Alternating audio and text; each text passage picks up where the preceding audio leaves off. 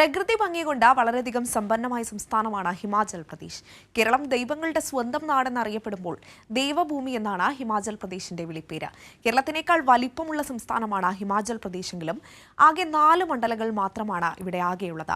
ഏതൊക്കെയാണ് മണ്ഡലങ്ങളിൽ നോക്കുമ്പോൾ കാംഗ്ര, മണ്ഡി, ഹാമിർപൂർ, അതോടൊപ്പം തന്നെ ഷിംല ഈ സീറ്റുകളിലേക്കാണ് മത്സരങ്ങൾ നടക്കുന്നത്. ഈ ഒരു മത്സര ഗോതയിലുള്ളത് പ്രമുഖ നേതാക്കളാണ്. റിപ്പോർട്ട് കാണാം.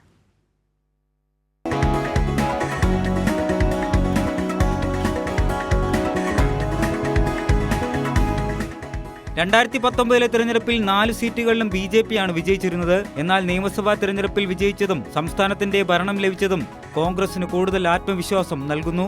ഉത്തരേന്ത്യയിൽ കോൺഗ്രസിന് ഭരണമുള്ള ഏക സംസ്ഥാനമെന്ന നിലയിൽ ഹിമാചൽ പ്രദേശ് അവർക്കൊരു ജീവൻ മരണ പോരാട്ടമാണ്.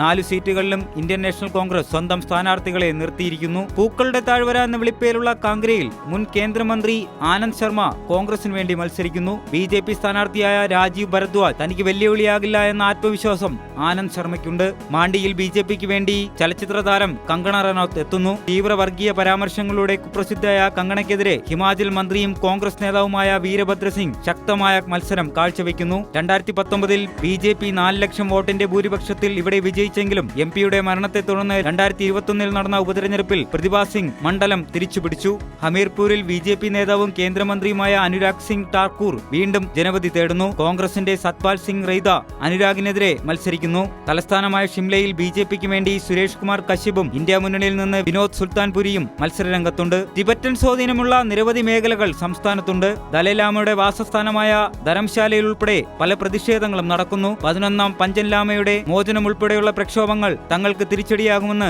BJP കണക്കുകൂട്ടുന്നുണ്ട്.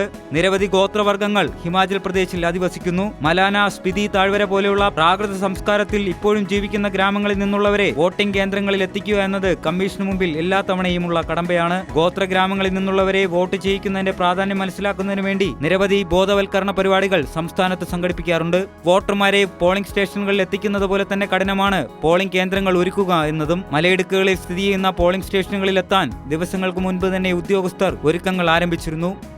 PJ. Arun, Kairali news.